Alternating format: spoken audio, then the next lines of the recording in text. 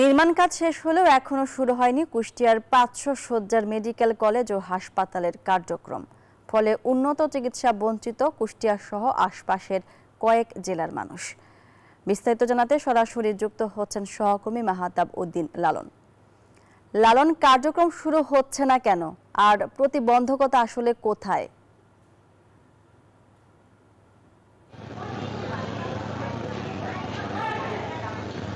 মাহমুদামণি, আপনাকে ধন্যবাদ। Kushtia medical college হাসপাতালের যে চিকিৎসা সেবা কার্যক্রম সেটি চালু না হওয়ার কারণ আমি জানতে চেয়েছিলাম হাসপাতালটির যিনি পরিচালক রয়েছেন তার কাছে। তিনি আমাকে যেটি বলছেন যে আসলে এই হাসপাতালের চিকিৎসা কার্যক্রম শুরুর ব্যাপারে তারা ইতিমধ্যে কাজ শুরু করেছেন, যদিও আসলে 5ই আগস্ট পরবর্তী সময়ে বিভিন্ন জটিলতার কারণে এটি আটকে আছে বলে তিনি ব্যাখ্যা দিচ্ছেন।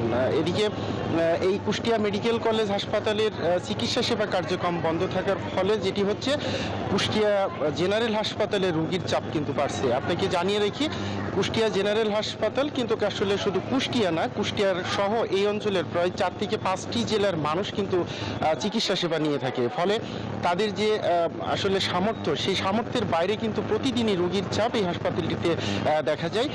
এতে চিকিৎসা সেবা দিতে বিঘ্নিত হওয়ার পাশাপাশি কিন্তু কাঙ্ক্ষিত সেবা পাচ্ছেন না এখানে চিকিৎসা নিতে আসা রোগীরা।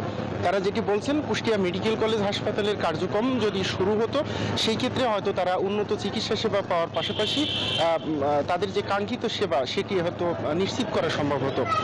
তবে হাসপাতাল কর্তৃপক্ষ বলছে যে আসলে তারা খুব দ্রুত সময়ে এই হাসপাতালটি চালুর ব্যাপারে, অর্থাৎ চিকিৎসা সেবা চালুর ব্যাপারে কিন্তু কাজ করছেন। হয়তো খুব অল্প সময়ে তারা ভালো খবর দিতে পারবেন বলে আমাকে জানিয়েছেন। মাহমুদামণি, এই ছিল আমার কাছে কুষ্টিয়ার সদর হাসপাতাল থেকে সর্বশেষ।